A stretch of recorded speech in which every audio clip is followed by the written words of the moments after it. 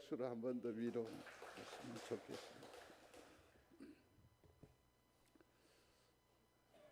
남양 특집이라고, 그래서 영화를 보고 또 어려운 난제를 풀어보는 남양 특집 2, 오늘 하나님 나라에 살기 그 세 번째 혼인잔치와 예복에 관한 비유를 살피게 될 것입니다. 많은 할 얘기가 있을 것입니다. 이해를 위해서 여러 말들이 동원이 되어야 할 것입니다. 그러나 우리의 한정된 시간 안에서 이 일을 풀어내는 일은 여간 어려운 일이 아니라고 생각을 합니다. 실은 오늘 이 본문을 이해하기 위해서는 어디에서부터 읽어가야 하느냐 하면 마태복음 21장부터 읽어가야 합니다. 거기에는 보면 주님께서 나귀를 타시고 성전으로 들어오십니다. 예루살렘 입성을 하시죠. 여기에서부터 사람들의 호불호가 다 갈려요. 제가 사모하고 마트를 가는데 추리닝에 슬리퍼를 끌고 가면 한 몇 걸음 가다가 당신은 집에 있어서 이러거든요. 그러니까 마트에 가도 마트 패션이 있단 말이에요. 메시아에 걸맞는 패션, 이거 최소한 흰 100마일 정도는 타야 하지 않을까요?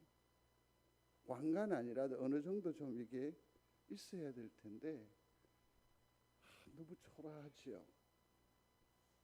주님을 학수고대하던 우리로 봐서는 죄송한 표현인데 좀 부끄럽죠. 그러나 주님은 어떤 메시지가 있는 것 같아요. 의도가 있는 것 같아요. 예루살렘 성으로 들어오셨습니다.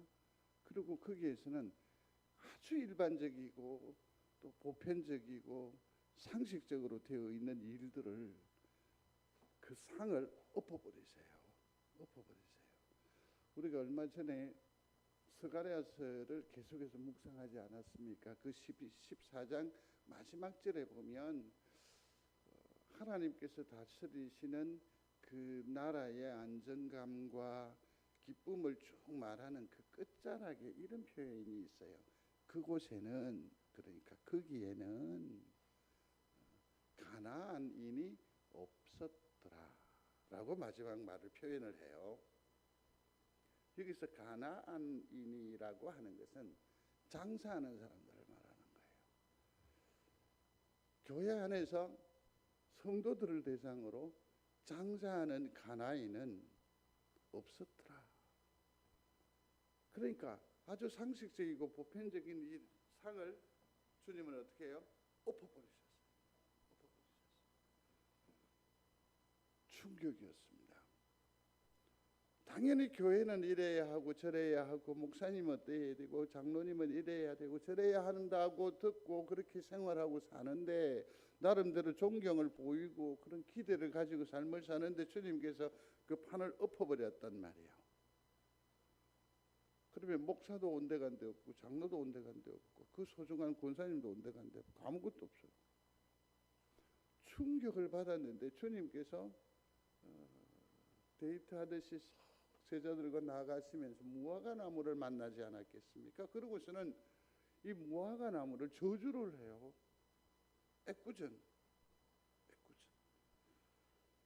그러고 나서 이제 주님께서 비유를 두 가지를 드세요. 그 중에 하나가 뭐냐면 두 아들의 비유를 얘기를 하지요. 내용인즉슨 이렇습니다. 아들이 얼마나 귀합니까? 그죠? 아들이 소중하지요? 예라고 대답하십시오. 소중하지요?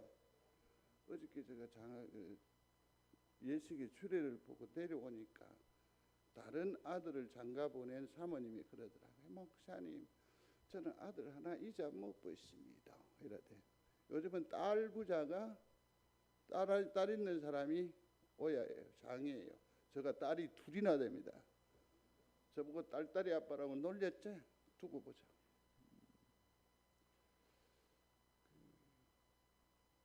우리는 이 판이 그냥 엎여지는 거예요. 그래서 무화과 나무 저주를 애꿎은 그걸 저주를 하시는 거예요.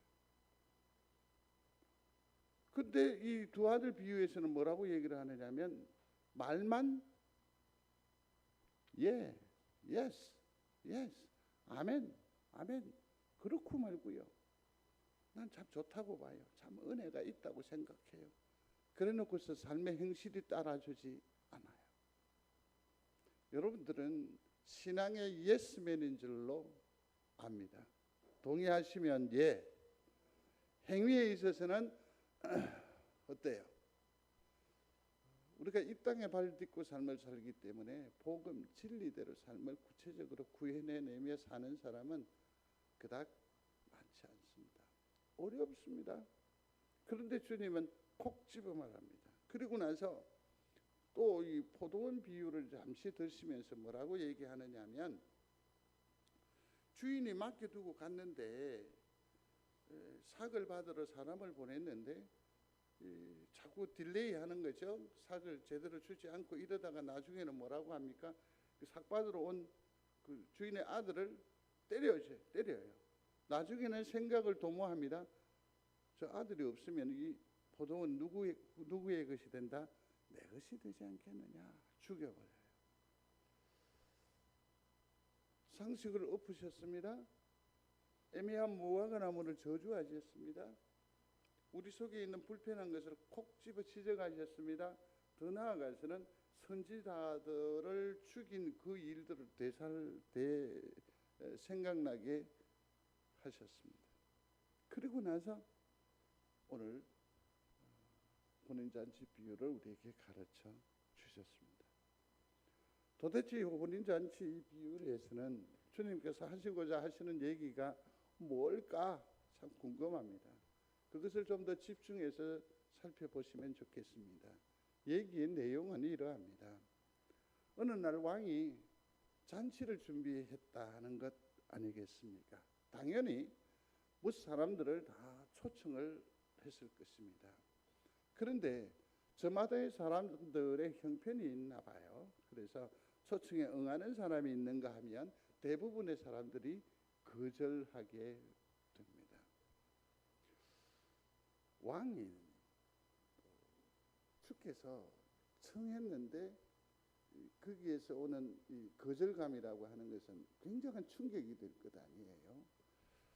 그래서 이 왕은 하늘의 군대를 동원해서 그 성읍을 휩쓸어 버립니다.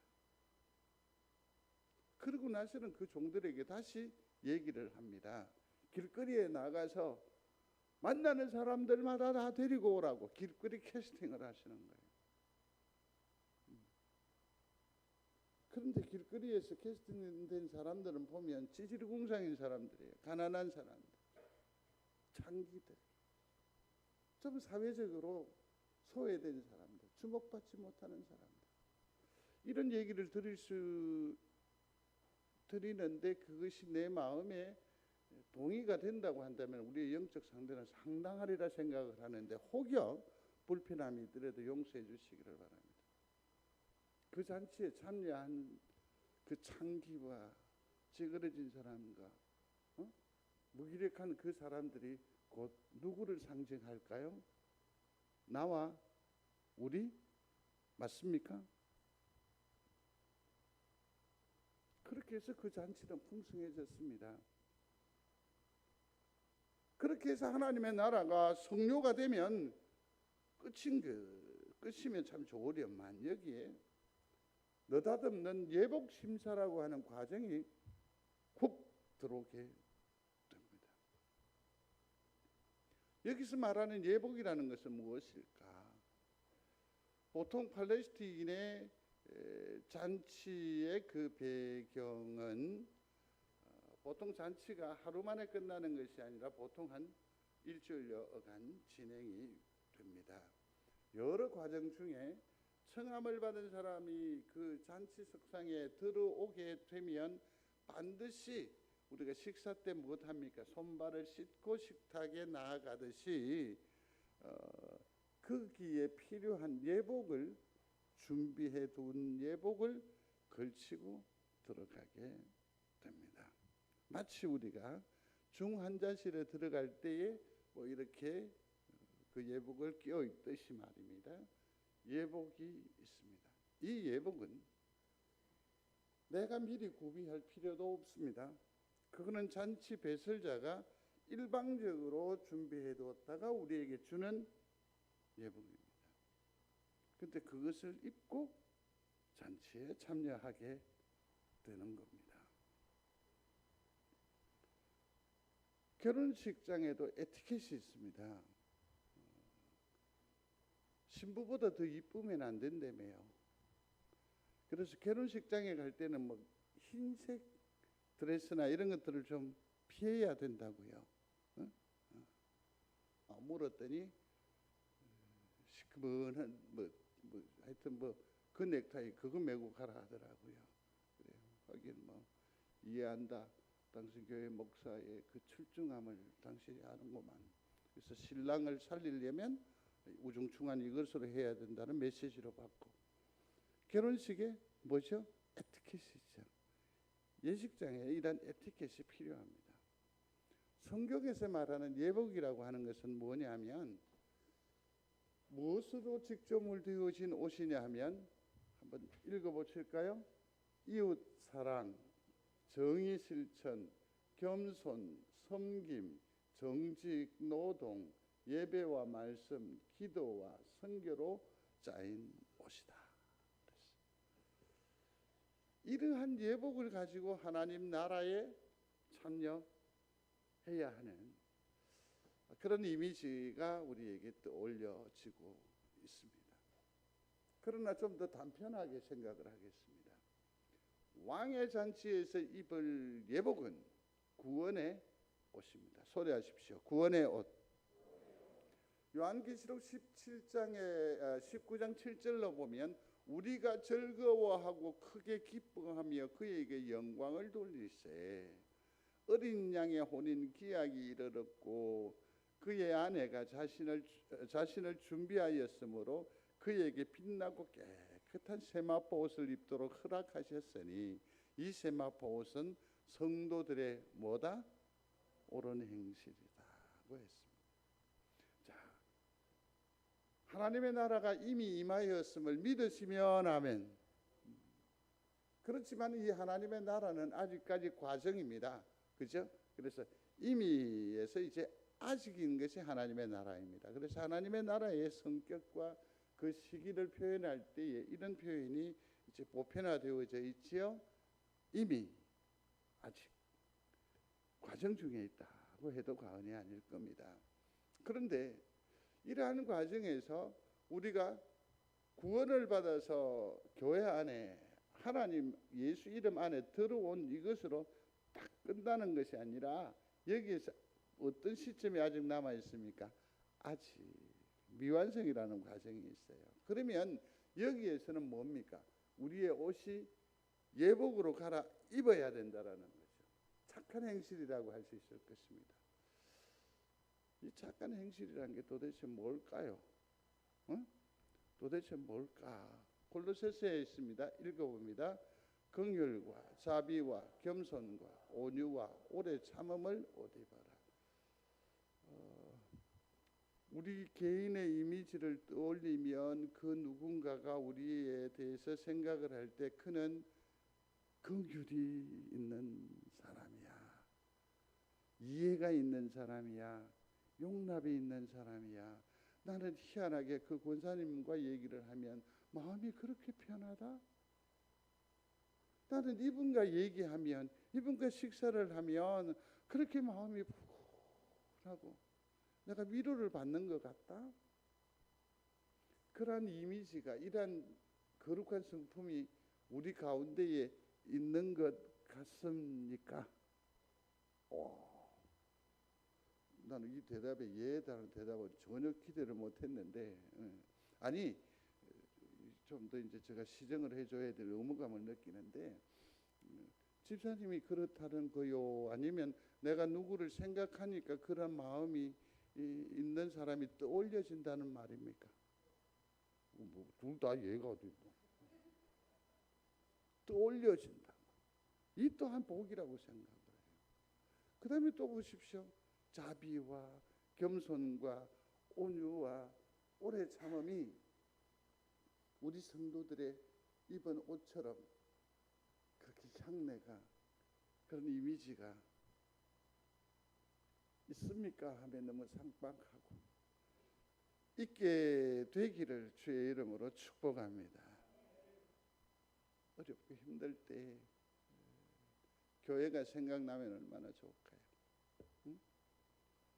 내가 너무 외롭고 쓸쓸하고 하늘을 볼 때에 의욕을 잃어버리는 그러한 처지와 형편에 권사님이 생각히고 집사님이 또 올려진다면 얼마나 좋을까요? 사랑하는 성도 여러분, 우리가 서로 그러한 아름다움의 관계에 있어서 이 험난한 세월을 살아가시는 동안에 외롭지 않기를 주의 이름으로 축복합니다. 축복합니다. 자, 그러면 오늘 여기에서 이제 좀 더 구체적으로 하나 볼 일 중에 하나가 뭐냐면, 여기에서 그 아까 얘기 진행하는 가운데에서 제가 잠시 말을 다 잊지 못했던 것 중에 하나는 뭐냐면, 주인이 예복을 이렇게 돌아봤는데 예복을 입지 않았단 말이에요. 그 사람을 어떻게 한다고? 묶어서 밖에 던지라고. 그러면 그 사람은 뭐 이를 갈미 있으리라 말하고 있습니다. 예수 믿는 것도 어려운 결단인데 예복으로 나의 행실과 마음을 치장하는 것은 더 어렵지 않겠습니까? 더 어렵지 않겠습니까? 어떻게 해야 하나 참 근심 걱정입니다. 같이 읽어봅니다. 예복 하나 안 입었다고 너무 큰 벌을 주는 것은 아닌지요. 70번도 용서하라는 말과 배치된다. 용서받지 못하는 죄도 있기는 하는가. 이미 우리가 구원을 받았잖아요. 믿으시면 하면 하나님의 나라의 백성 권속이 되신 줄로 믿습니까? 근데도 이제 이게 무너진단 말이야? 내가 구원을 이미 받았는데, 내가 하나님을 소유한 사람인데, 바깥 어두운 곳에 던지움을 받는다라고 하니까 이 구원이 취소되는 거 아니야? 그런 생각을 충분히 해볼 수 있을 것 같습니다. 성경에도 그랬잖아요. 7번뿐 아니라 7번을 70번까지라도 용서하라고 했는데, 거기 이렇게 예복심사를 이렇게 까탈스럽게 하실까라는 생각을 해볼 수 있을 것입니다. 그러나 여기에서 예복이라는 것은 여러분들 한번 더 진중하게 생각을 해 보셔야 할 것입니다. 예를 들어서 이런 것입니다. 저 31절로 넘어가 보시면 22장, 여기는 제가 영상을 준비하지 않았으니까 성경 말씀을 한번 보실까요? 31절이죠. 2절, 31, 2절 다 같이 읽겠습니다. 죽은 자의 부활을 논할진대 하나님이 너희에게 말씀하신 바 나는 아브라함의 하나님이요 이삭의 하나님이요 야곱의 하나님이로라 하신 것을 읽어보지 못하였느냐. 하나님은 죽은 자의 하나님이 아니요 살아있는 자의 하나님이시니라 하시니. 아멘. 자, 저를 한번 주목해 보시면 좋겠습니다. 시형제 결혼법이란 게 있습니다. 한번 따라해 보십시오. 시형제 결혼법. 바리새인들이 예수님에게 태클을 거는 거죠. 형이 죽었는데 그 형수와 결혼했는데 또 죽어버렸어. 그러면 이 맨 위에 그 형수는 7번째 아들까지 계속해서 결혼을 하게 돼요. 하나님 나라에서는 누구의 남편이겠습니까? 예수님께 묻습니다. 여러분 답해 보십시오. 누구의 남편입니까? 참 어렵지요. 그럼 그때 가서 우리가 해결하기로 하고. 그러면 이 시형제 결혼법을 우리에게 주신 하나님의 의도가 뭔지가 더 궁금하지 않을까요? 거기에 우리가 착안을 해야 할 것입니다. 아브라함과 이삭과 야곱의 하나님을 뭐라고 말하느냐 하면 산자의 하나님이라고 해요. 그러면서 아브라함과 이삭과 야곱을 어떤 인격체로 소개하느냐 하면 살아있는 사람, 산자로 여겨요. 성도 여러분, 아브라함과 이삭과 야곱은 오래된 우리 역사적인 인물에 불과할 겁니다. 그러나 우리 심령 가운데에 아브라함의 신앙과 이삭의 순종과 야곱의 그 열정적인 신앙, 하나님의 나라를 사모하는 그 열정이 우리에게도 여전히 어느샌가 자리하고 있음을 알게 됩니다. 경험적으로 알게 되죠. 그러니까 아브라함은 죽은 게 아니라 지금도 어떻게 해요? 우리 속에서 살아 있다라는 거죠. 살아 있다라는 거죠. 자, 왜 이 시행제 결혼 제도라고 하는 것을 우리에게 주었느냐 하면 이 얘기입니다. 자, 보세요. 장자인 아브라함이 믿음의 장자인 그가 시행제 제도를 통해서도 계속해서 여기에서 살아있는 사람으로 인정을 받아요. 이 말은 무엇을 말하느냐 하면 우리가 하나님으로부터 부름을 입은 장자로서의 그 권한은, 그 명성은 언제까지? 영원에까지 이어지는 것을 우리에게 가르쳐 주는 거예요. 그러니까 뭐냐면 우리는 이 땅뿐만 아니라 영원을 사는 사람이다. 그것을 우리에게 설명해 주는 거예요. 오늘 반응이 이런 거 보니까 좀 얘기가 어려웠는 것 같다. 그건 천천히 또 설명을 드릴게요. 하나님으로부터 부르심을 입고 장자로 세움을 입은 자는 하나님의 입장에서는 뭐냐면 영원을 사는 사람, 영원한 자녀라는 의미입니다. 믿는 여러분들이 되시기를 바랍니다. 영원히 사는. 근데 여기에서 또 하나 더 우리가 생각을 해야 할 것이 있습니다. 그게 뭐냐면 부활이 여기에서 등장을 하죠. 예수 그리스도는 십자가의 삶을 통해서 죽었지 않습니까? 그죠? 죽었는데 부활을 통해서 다시 장자의 권한이 회복이 되는데, 그러면서 이 영원을 사는 이 권세는 언제 누리느냐면 예수님의 부활을 믿으며 그것이 내 심령 가운데서 아멘 할 때에 그 영원한 생명은 지속적으로 유지된다라는 얘기거든요. 쉽게 말하면 이렇습니다. 부활의 삶이라는 건 뭡니까? 다시 사는 삶이죠. 뭐가 사는 삶일까? 옛날은 죽고 전혀 새로운 영혼으로 다시 거듭나는 것이 부활의 삶이에요. 옷을 입어야 된다고 했습니다. 이 말입니다. 잘 새겨야 합니다. 이 말입니다. 거룩한 옷이라는 것은, 예복이라고 하는 것은 우리 가운데도 마찬가지입니다. 지금 예배에 참석해 오셨지만 온전히 하나님만 바라보고 하나님의 음성에만 귀 기울이시면 아멘. 쉽지 않은 결정이죠. 당구를 맨 처음에 배웠는데 예배 시간에 뭐 하니까 뭐가 눈에 들어오냐 하면 이 전등이 들어오는 거예요. 근데 이걸 쳐다보면 뭐 하죠? 당구 그 길이 보이는 거예요. 빵빵빵빵. 3쿠션이 될 거예요. 우리 마음에는 너무너무 많은 생각들이 있어요. 그러니까 여기에서 이 모든 생각들의 은혜의 기준은 어떻게 해야 은혜가 되고 어떻게 해야 하나님 앞에 영광이 되는 것일까? 내가 바라고 기대하는 그런 은혜가 있다라는 겁니다. 있어요? 없어요? 누가 하나님이에요? 네? 누가 하나님이에요? 하나님이에요. 하나님이 하나님 되셔야 되는데 여전히 우리 속에는 뭐가 남아 있어요? 내가 하나님이 남아 있다는 거죠.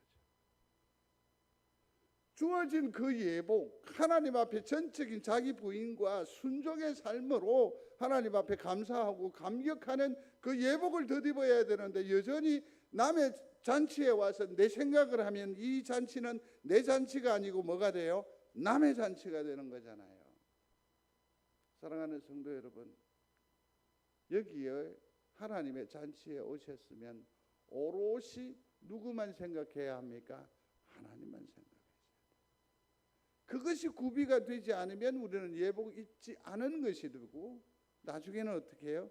바깥에 분리오 쫓겨남이 된다라는 거죠. 은혜를 존중하는 겁니다. 초청에 대해서 늘 뭐 하는 겁니까? 감사하고 감격하는 것이 우리가 덧입어야 할 예복인 줄로 압니다. 성도 여러분, 날마다 감사하는 여러분들이 되시기를 충심으로 소원합니다. 날 구원하신 하나님, 내게 이웃을 주신 하나님, 주님께서 모든 것이 주관자가 되어 주시어서 이루신 그 모든 조성을 감사하는 우리 믿음의 권속들이 다 되시기를 충심으로 소원합니다. 이 모든 것들이 하나님께서 내게 주신 은혜잖아요. 그러니까 그 은혜를 그냥 붙드는 거죠. 그래서 고마워하는 거죠. 그래서 감사하는 거죠. 진리를 아는 지식을 받은 후에 고의로 반복해서 죄를 범하는 자들에게 죄를 사할 제사가 없다라고 했는데, 이 말씀도 너무 지나치게 해석하려 하지 마십시오. 그래서 구원이 거두어진다, 또 은혜가 소멸되어진다, 그렇게 굳이 생각할 것 없이 말을 바꾸십시오. 이렇게 적용을 하는 거죠. 어떻게 이렇게 가르칩니다. 은혜 받았으면 은혜를 베푸며 사는 겁니다. 은혜를 받았으면 감사의 삶으로 하나님의 이름을 드높이는 것이 바로 온전한 예복 입음임을 기억하는 성도가 되시기를 충심으로 소원합니다. 우리는 값없이 은혜 받았잖아요. 근데 이것을 너무 가볍게 생각하는 거죠. 나는 구원 받았으니까. 이건 아니라는 얘기입니다. 구원에 걸맞는 행위가 요구요 조건은 아닐지라도 걸맞는 감사의 삶이 우리의 예복임을 다시 한 번 더 기억하는 여러분들이 되시기를 바랍니다. 이것이 우리 개인의 삶에도 적용이 됩니다. 우리 송정제일교회는 큰아들의 교회입니까? 장자교회입니까? 둘째 아들의 교회입니까? 여러분들이 규정을 해보십시오. 황 집사님, 우리는 그 장자의 교회입니까? 둘째 아들의 교회입니까? 그게 좋은 것 같죠? 그런 것 같아요. 첫 번째 아들의 교회입니까? 그러면 우리 송정제일교회는 교회적 기능을 상실했습니다. 이 당자가 돌아왔을 때에 아버지도 기쁘고 온 동리가 축제고 페스티벌, 그죠? 근데 그 장자는 어떻게 해요? 싫어요.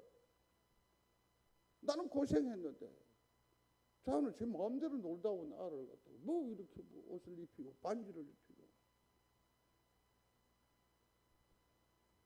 집사님, 기회를 드리겠습니다. 우리 교회는 장자의 교회입니까? 둘째 아들의 교회입니까? 힌트를 드렸는데 용서가 없잖아요. 회복이 없잖아요. 여기는 발음과 정통과 교리밖에 없잖아요. 그러나 둘째 아들의 교회는 어떻습니까? 눈물이 있잖아요. 돌아옴이 있잖아요. 회개가 있잖아요. 보듬음이 있잖아요. 우리 교회가 둘째 아들의 교회가 되기를 주의 이름으로 축복합니다. 누구든지 보듬을 수 있고 이해해주고 헤아려주고, 그게 바로 예복 입은 교회 아니겠습니까? 예복이 구비된 교회가 아니겠습니까? 그래서 날마다 자기의 죄를 깨끗하게 하고, 또 그러므로 말미암아 내 속에 있는 그 아름다운 거룩한 어떤 그 열정과 그 마음으로 이웃을 보듬는 거죠. 두 번째 생각해야 될 것은 같이 읽어봅니다. 악한 자 선한 자 구별 없이 잔치에 참여한다면 굳이 착하게 살 필요가 있는가? 생각해 보십시오. 착하게 살 필요 있어요, 없어요? 세상에 알아줍니까? 내가 구원받았으면 됐지 뭐. 또 그렇게 생각해 볼 수 있습니다. 그러나 로마서 5장 8절에 있는 말씀입니다. 같이 읽습니다. 우리가 아직 죄인 되었을 때에 그리스도께서 우리를 위하여 죽으심으로 하나님께서 우리에 대한 자기의 사랑을 확증하셨느니라. 같이 읽습니다. 그러므로 나의 사랑하는 자들아, 너희가 나 있을 때뿐 아니라 더욱 지금 나 없을 때에도 항상 복종하여 두렵고 떨림으로 너희 구원을 이루라. 같이 읽습니다. 하나님의 나라가 너희 안에 있느니라. 아멘.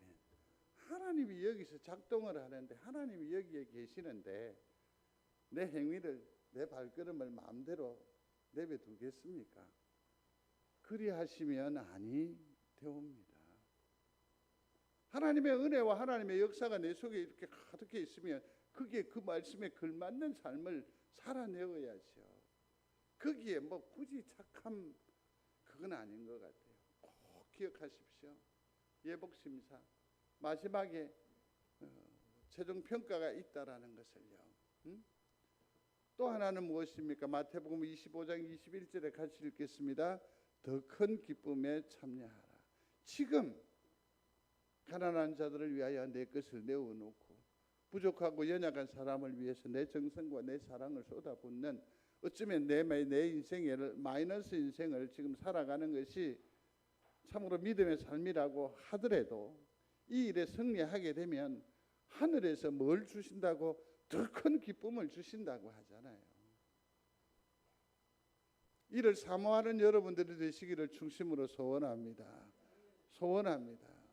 오늘 오후 예배 때 박종민 목사님이 주시는 메시지가 있을 겁니다. 캄보디아 사역을. 그래서 뭐 이런저런 얘기를 하면서 목사님 시간을 얼마나 했으면 좋겠습니까? 라고 해서 내가 오후 예배를 안 섬긴 지 제법 오래됐으니까 이번에 좀 온전히 다 섬겨주시게.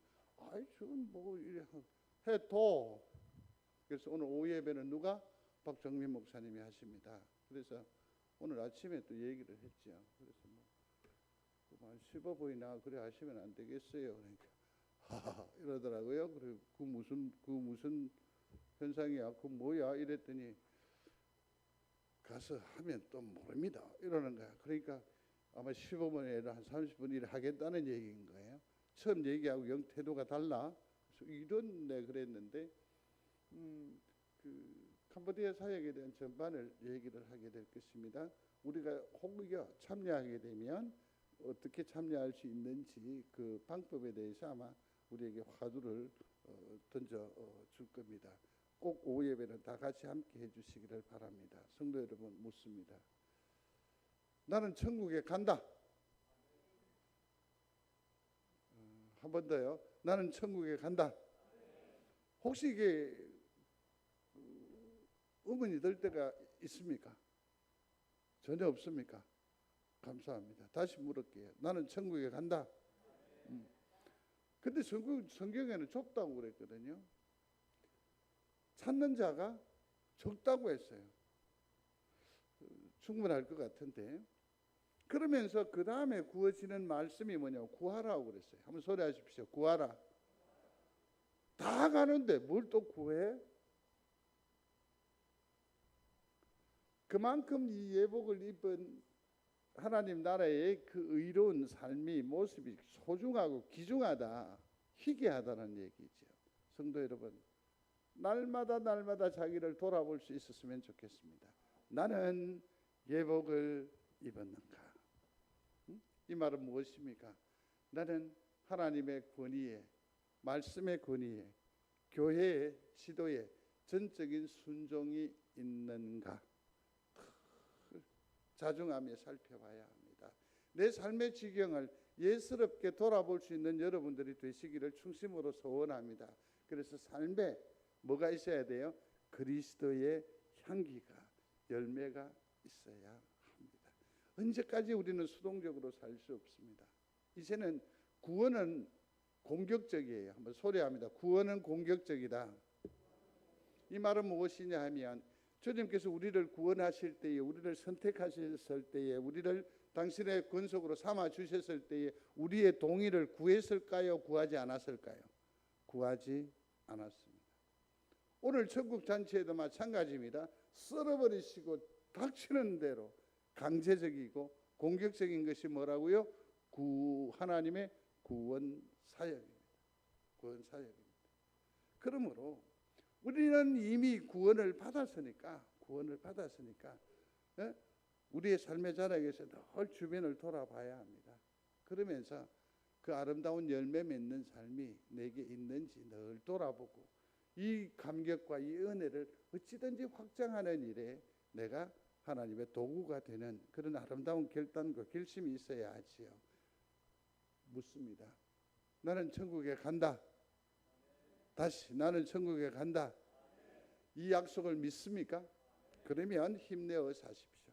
너무 생각을 많이 하지 마십시오. 마지막입니다. 나는 날마다 나를 어떻게 해요? 살피는 거예요. 지금까지 살피는 것은 열매가 바뀌죠. 약속을 믿는가 하는 것도 조금 피상적이죠. 그러나 나를 늘 살피셔야 합니다. 예복을 입었는지 안 입었는지. 이 일에 승리하는 우리 모두가 되시기를 주님의 이름으로 축복합니다. 말씀을 맺습니다. 성도 여러분, 오늘도 나는 예복을 입는다. 이것이 우리의 생활의 모토가 되었으면 좋겠습니다. 이건 뭐냐면 내 생각, 내 가치, 내 상식, 내 철학보다는 주의 말씀을 전폭적으로 의지합니다. 순종합니다. 말씀대로의 삶을 바지런히 경주하며 나아가겠습니다. 그래서 주님께서 내 마음은 불편하지만 주님께서 용서하라 하시면 용서하시고 주님께서 사랑하라 하시면 사랑하는, 주님께서 기다리라고 하면 기다리는 그러한 예복 입은 거룩한 성도들이 다 되시기를 주님의 이름으로 축복합니다. 그 기준은 누구라고요? 하나님 나라의 주인이신 하나님이십니다. 말씀이십니다. 교회입니다.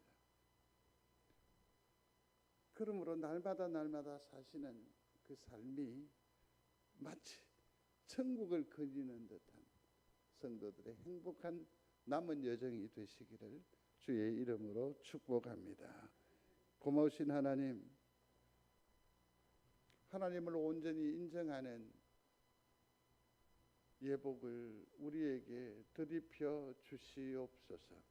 내 생각이 아니라, 내 계획이 아니라, 내 상식이 아니라 하나님의 진리인 그 말씀에 온전히 부복하고자 하는 우리 귀한 믿음의 성도들 되게 하시고, 그러므로 날마다 주께서 주시는, 주께서 공급하시는 은혜와 능력으로 남은 세월 잘 감당하심으로 하나님 나라의 그 기쁨과 그 감격을 미리 맛보며 누리며 살아가는 우리 귀한 성도들이 되도록 축복하여 주옵소서.